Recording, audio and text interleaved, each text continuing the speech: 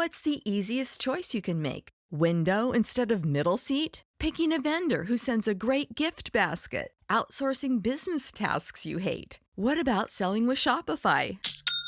Whether you're selling a little or a lot, Shopify helps you do your thing, however you cha-ching. Shopify is the global commerce platform that helps you sell at every stage of your business. From the launch your online shop stage to the first real-life store stage, all the way to the did we just hit a million orders stage. Shopify's there to help you grow. Whether you're selling scented soap or offering outdoor outfits, Shopify helps you sell. Wherever and whatever you're selling, Shopify's got you covered. Sign up for a $1 per month trial period at shopify.com/try. Go to shopify.com/try now to grow your business, no matter what stage you're in. Shopify.com/try. You're listening to the Archaeology Podcast Network. You have my sword. And you have my bow. And my trowel. Hi, you're listening to episode 8 of And My Trowel, where we look at the fantastic side of archaeology and the archaeological side of fantasy. I'm Tilly. And I'm Ash. And today we are going to be talking all about time travel. Which, first of all, most important question, would you actually want to travel back in time, Ash? See, this is a really difficult one because I think we, as archaeologists, get this question a lot. Mm-hmm. Which era would you like to travel back to? And I would, but there's two ways I'd have to do it. And it would be either I would have to be in a bubble and no one could see me, so I wouldn't be burnt as a witch. Like fly on the wall kind of thing, almost. Yeah, like I'm just sort of there, you know, I can see everything. And people can't interact with me, but I can interact with everything. Or I'd have to go to a time and place that would be like quite, you know, safe for women to travel back to. That being said, though, I would always like to go back to Mesolithic Scotland. And I know that sounds strange because I don't know what it would be like, but I would just like to see what their hair was like. And like their culture and their customs and the clothing and stuff. So if I could be in the bubble, I would go back there.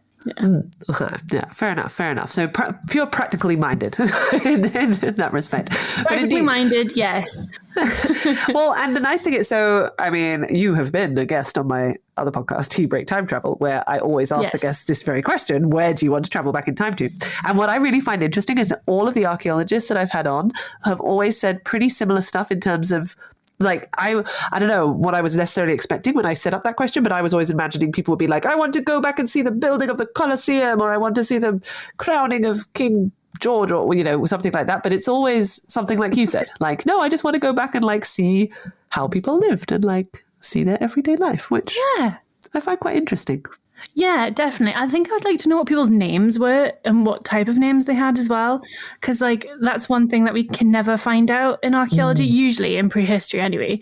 Like, I remember I was on a kist burial and I was like, I wonder what this person's name was. Like, what was their name? What did they do? What was the last thing that they saw? Like, stuff like that, rather than, oh, I'll go and see, you know, the burning of Alexandria and, you know, all that kind of stuff, or like the seven wonders of the world. I think that's, archaeologists, but that's what we're interested in, aren't we? We're interested in everyday activity.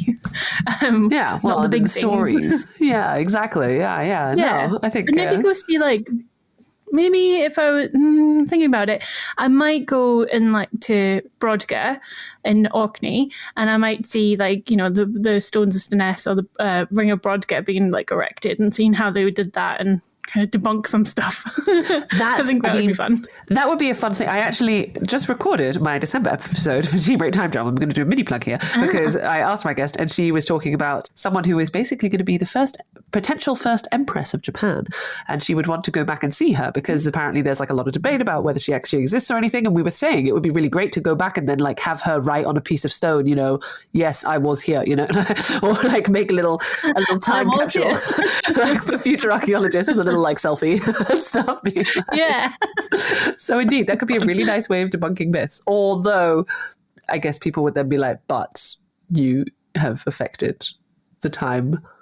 Well, if I was in a bubble and nobody could interact with me and I was just watching, then right, just take photos. Yeah, I think that's a good idea. There was actually a very interesting we're plugging all the shows on the APN today because the recent episode of the Archaeology show, some point last month, also talked all about time travel. So, and they went into full on discussion about like what the rules of time travel are and everything, which I'm just saying we're probably not going to go back into it today because that would take a whole episode, I think. But so let's assume that we're doing something similar-ish to what Ash is mentioning.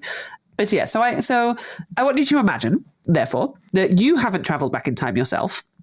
Unfortunately, funding didn't allow you to also be on the team, but some of your colleagues have, and they've brought back with them a bunch of different objects, which, first of all, I know what you're thinking. What? Like, why would they do that? Because, you know, you're affecting time scales and all of this kind of stuff. So I have taken inspiration today from a book, which we read actually, I think it was one of the first books we read with the Archaeo Book Club, which I'm not going to ask Ash what she thought about it because I think it was a more negative review than my experience of it, which was Just One Damn Thing After Another by Jodie Taylor. Which is the first of the Chronicles of St. Mary's books. And spoiler alert, therefore, for everyone who hasn't read it, it's about time travel. It's basically practical time travel. So it's sort of a department of a university that actually has little time travel pods and capsules and everything. And all sorts of shenanigans and adventures ensue. But at some point in the first book, and again, spoiler alert, they work out. So one of the rules of the time travel is that you can't take anything back with you because it won't actually, it'll be destroyed in the process. Like it won't survive the journey. You could go there and back because you're from the future, but you can't take something from the past and bring it forward to the future. Makes sense, right? Because they'll die or something. I don't know. But one thing that they did work out is that you could take something if it was going to be destroyed in the past. So something that wouldn't have survived anyway, you can bring it forward and then it will survive. It's this whole complicated thing. It turns out there's like a burning pine cone. Anyway, so they decide to go to the Library of Alexandria, actually, which Ash mentioned before, and try to rescue as many of the burnt manuscripts as they possibly can and sort something out in that way. So this is what's happened in this case, let's say. They've brought back objects that, can be brought back or, I don't know. Basically, they've brought back objects and it's totally fine and it falls within the rules of whatever time travel thing you want to do. So, first of all, as we are talking about fantasy fiction in this case and the sort of the books surrounding it, have you read any books that feature time travel, Ash? Oh gosh, yeah, definitely. Yeah. I mean, there's a few. I mean, you've got H.G. Wells' The Time Machine. Mm-hmm.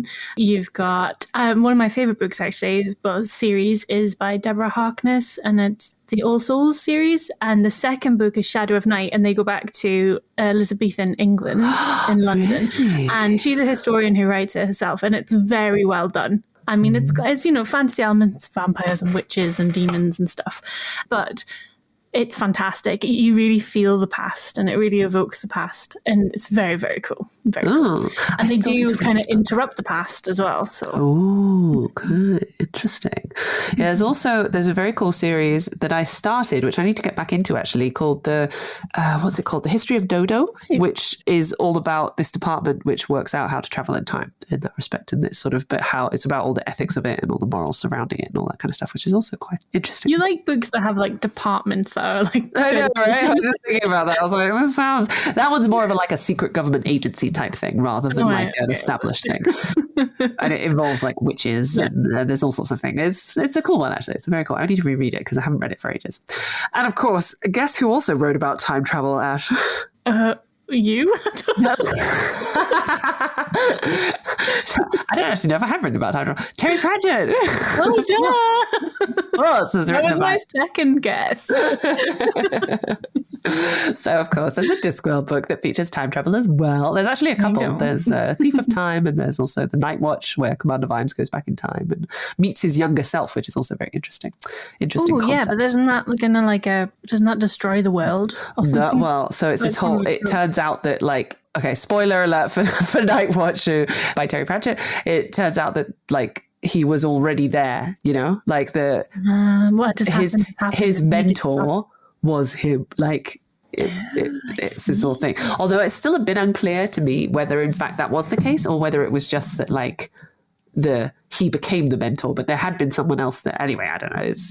Yeah, well, that's the thing. Does he not remember that he was his own mentor? Yeah, this is the question. So then it all gets complicated. And I think Terry Pratchett makes a bit of fun of that as well, about the whole thing of, remembering things and all of that kind of stuff. But yeah, it's interesting to see, especially from sort of the old classic, like you mentioned, H.G. Wells, and the kind of that time travel idea. And then indeed it's just developed so much. There's so much almost lore around time travel as like a fantasy concept. I mean, there's so many discussions even about moving away from books, but things like Back to the Future and sort of like, but that wouldn't work. And timeline. Have you ever read or seen? I have not, but I have heard a lot about it.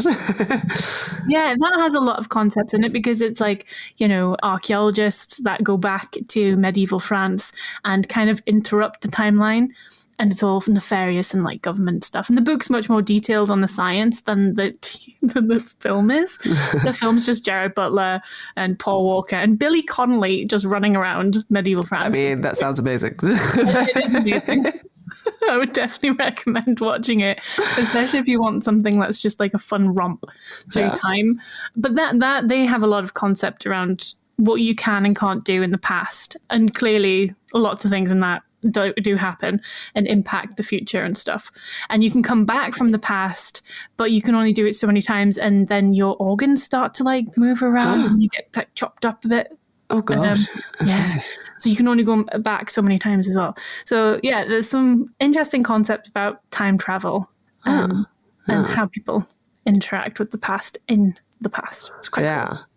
And I mean, from an archaeological perspective, I guess you could say, well, of course, I suppose to me the initial reaction would be, well, no, you shouldn't go and you shouldn't interfere with the past, and that would be immoral and wrong and kind of that wouldn't work. But would you agree with that, or would you be of the devil's advocate opinion? I don't really know. I think perhaps you shouldn't meddle, but then I'm a bit chaotic good, so like I probably would. Just to see. I'll just see what happens, You never know. But then you might come back and like, I don't know, there's a film as well that's about time travel. It's nothing to do with archaeology. They travel within their own timeline as well. What was that film? Well, there's like The Time Traveler's Wife and stuff like that. Right, as well. Yeah. I can't remember. It's like a love story one. Oh man. It's going to really annoy me now. But basically, he travels back past his daughter's birth, and then when he comes back, spoiler. I don't know what. Spoiler for this random thing that we don't actually know. It's like one love in it. I can't remember. And basically, it turns out that actually it turns into a son. His daughter is no longer doesn't exist anymore, and now he has a son, and it's because he traveled past her birth and her like conception, so it means that it completely changes time. Oh man. Which is this all, I mean, that gets into all sorts of other ethical debates and everything, right, of like probabilities of things and what would have changed, and anyway. And also then from an archaeological perspective, you have this situation, you're in your office. Your colleagues have come in with this big box, looking pleased with themselves, dumped it on your desk and said, look what we have here, and start bringing out all kinds of objects. As an archaeologist and as a materials specialist, what do you think would be your approach to this particular scenario? Just sort of first initial thoughts, shall we say? Oh my God, what have you done? Why have you done that? What's the point of that? I mean, fair, yeah. I mean, it changes the context of it. It changes the information you can get from it. There's other information you could get, so I'd probably go through all the pessimistic stuff first. And be like, well, now we can't date it properly. Mm-hmm.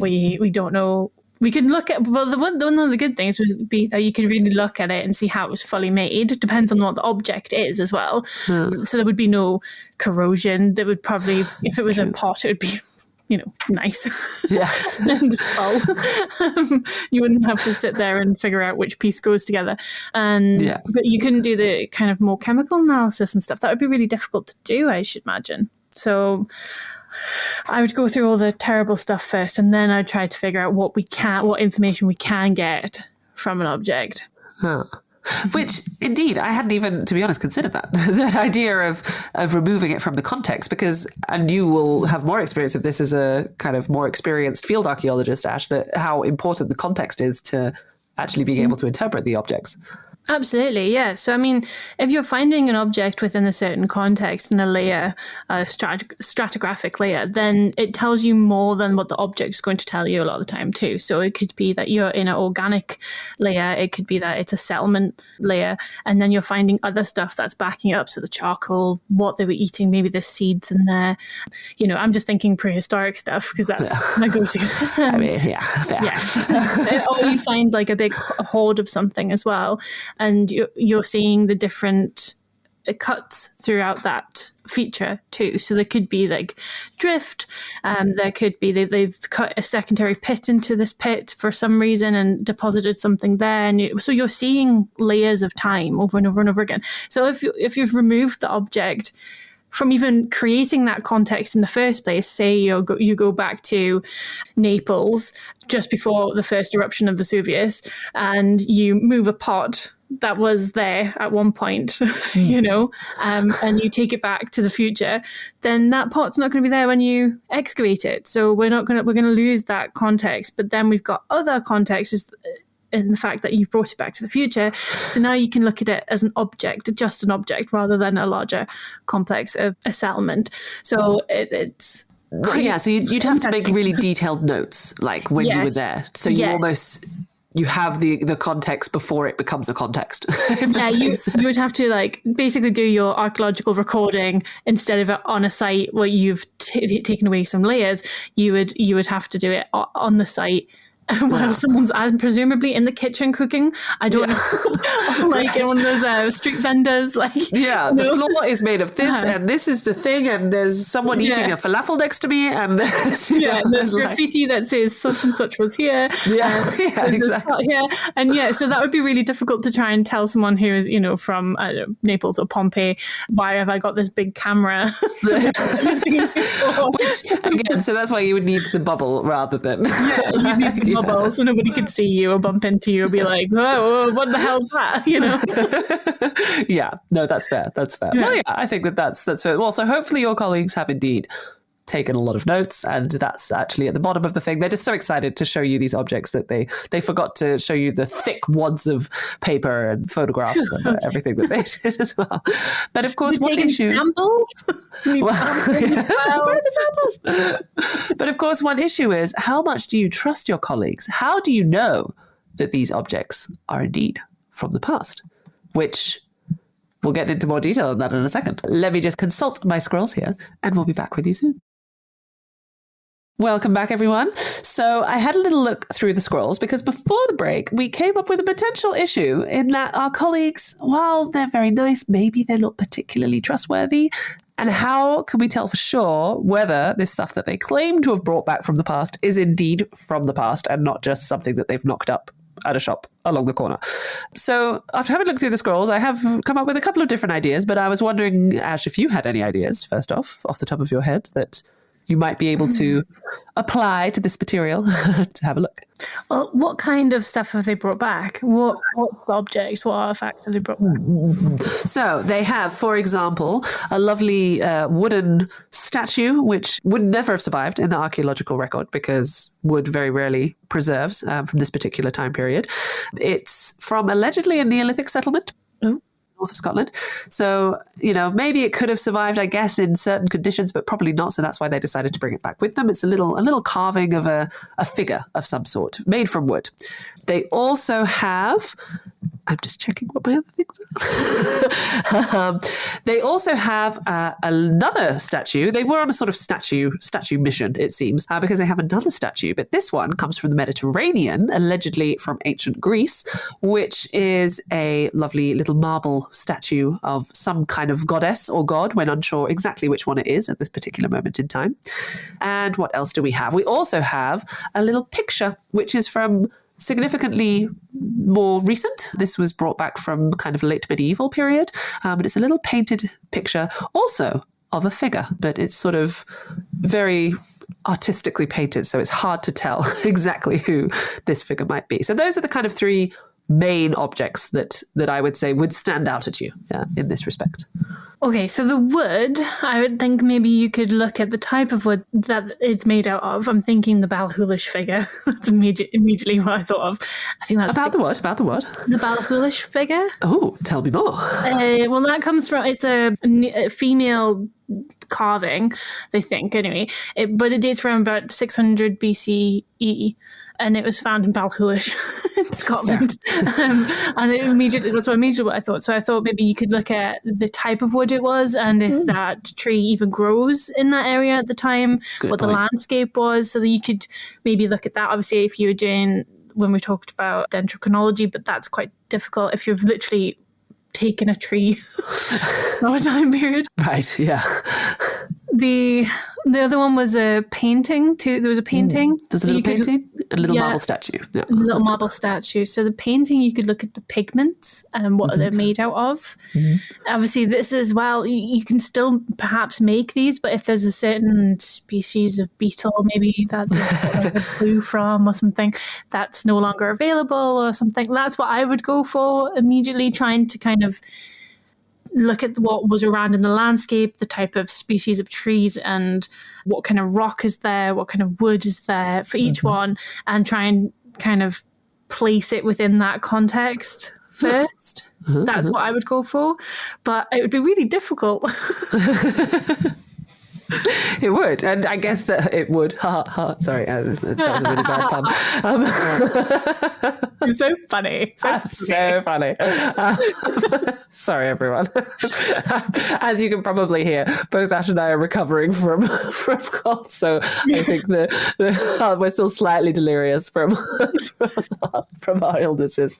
But so I indeed, according to the scrolls, quite a lot of those ideas would indeed be very useful to have a look. So, for example, looking at the material or the content. So, obviously, indeed, if a wooden artifact was made from a tree and that particular tree did not grow in Scotland at that time, then you could pretty much say, or I guess alternatively, then they could claim, it was carved elsewhere and then traded. That's what I was just thinking. And I mean, how again from I'm using all your knowledge as a field archaeologist, Ash, how do you actually know what kind of trees, like what the landscape looked like in the past and what kind of trees were there, etc.?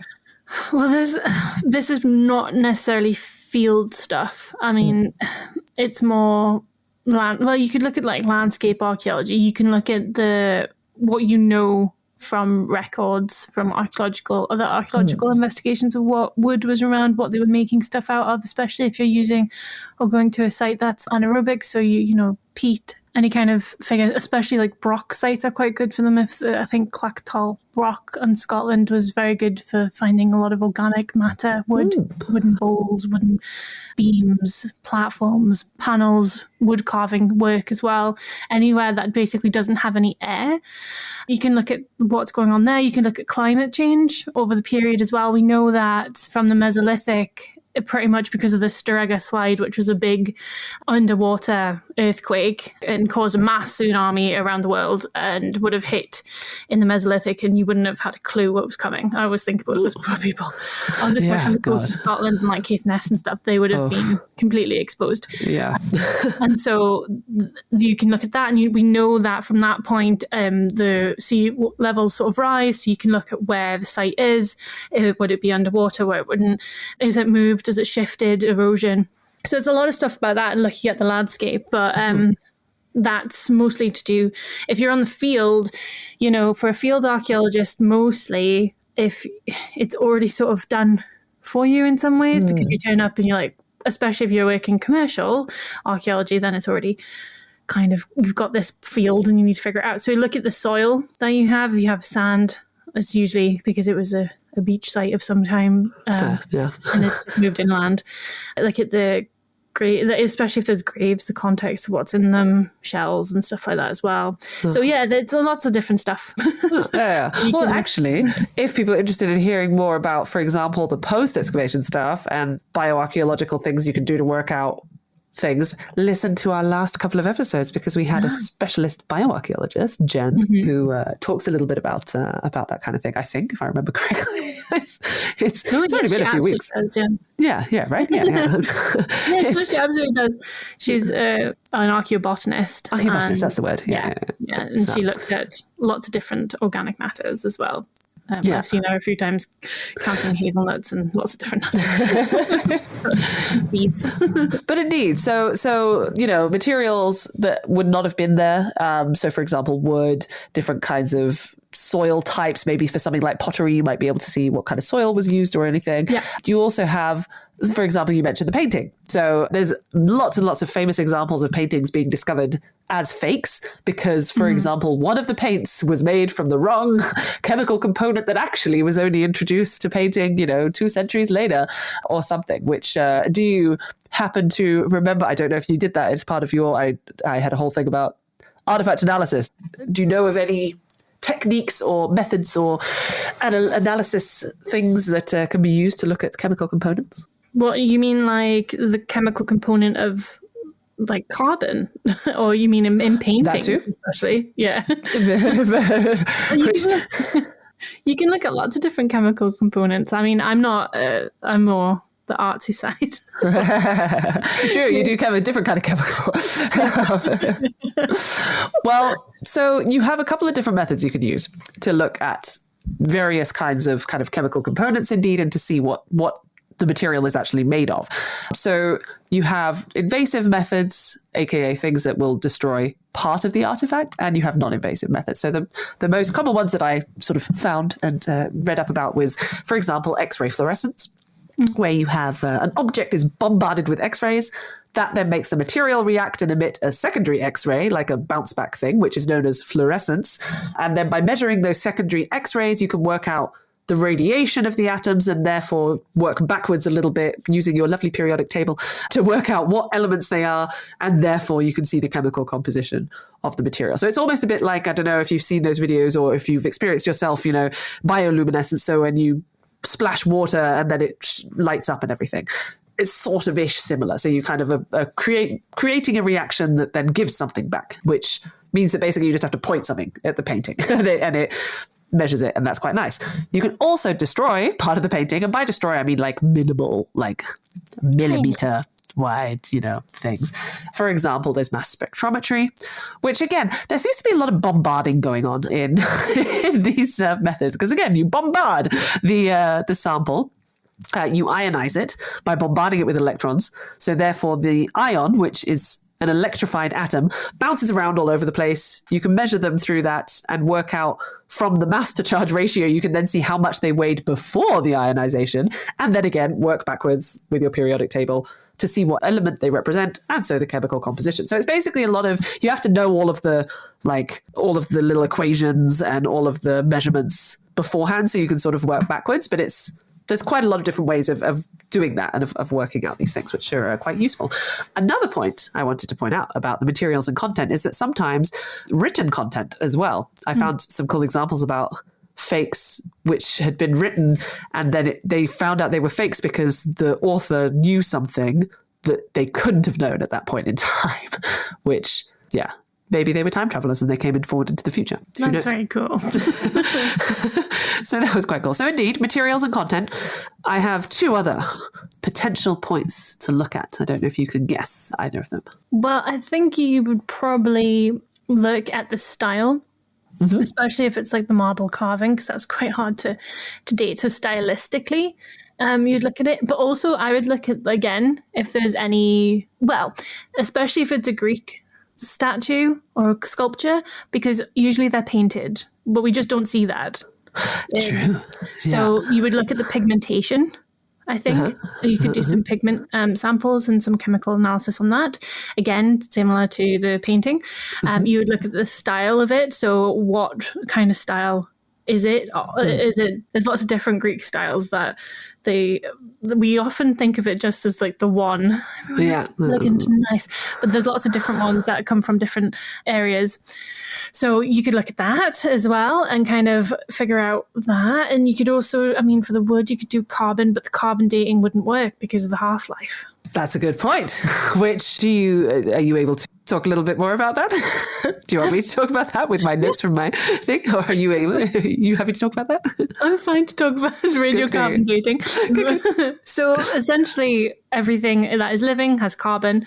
We have a constant supply of carbon. We do, wood, cows, all that stuff. But everything has a half-life. So basically, when we die, every single year, it sort of halves, essentially, I believe. Yes, exactly. So you have this half-life. And carbon-14, I should also just point out, is a radioactive isotope of carbon, aka just a slightly more excited version of the carbon atom.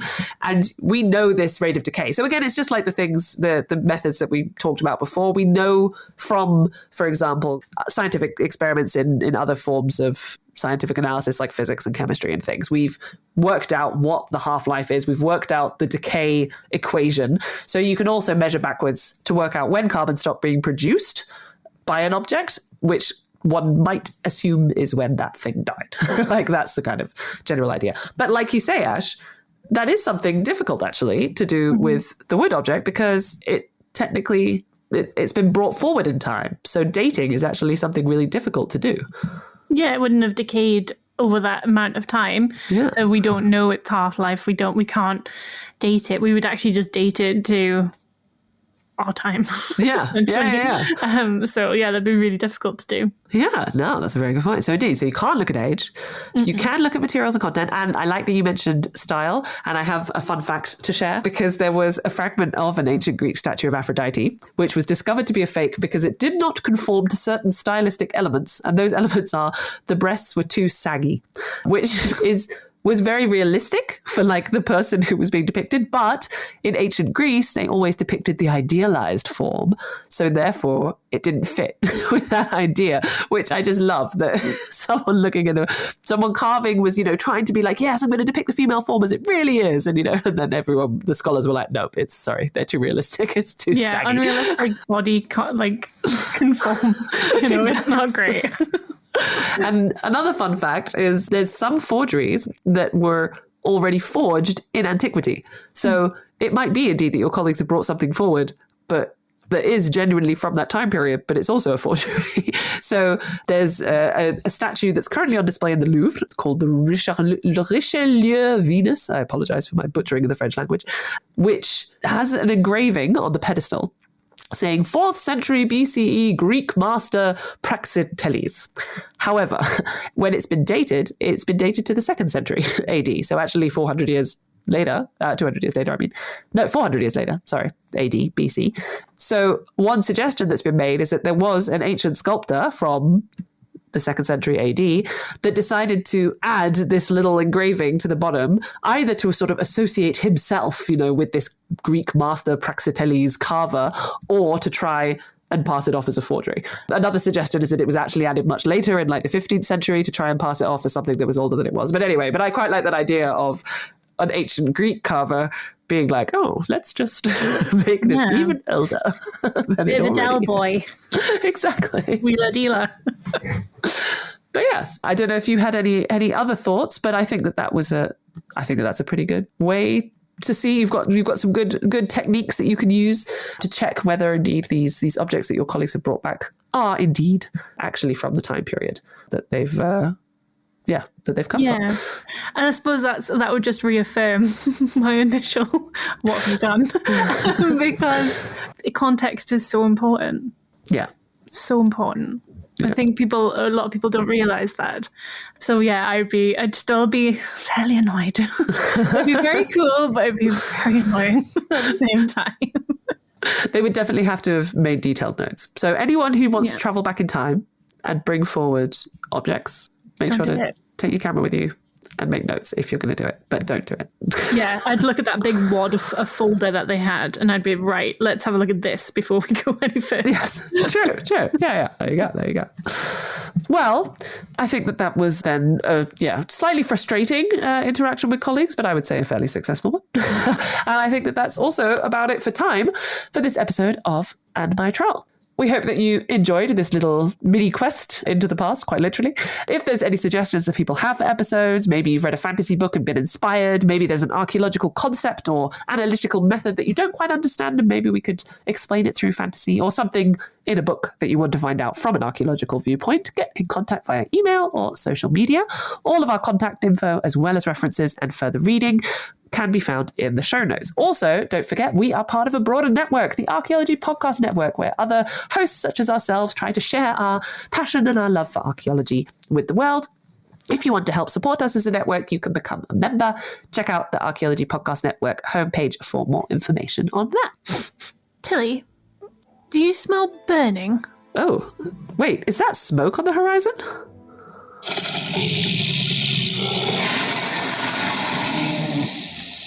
Oh boy, I think we might need some help again with this next quest.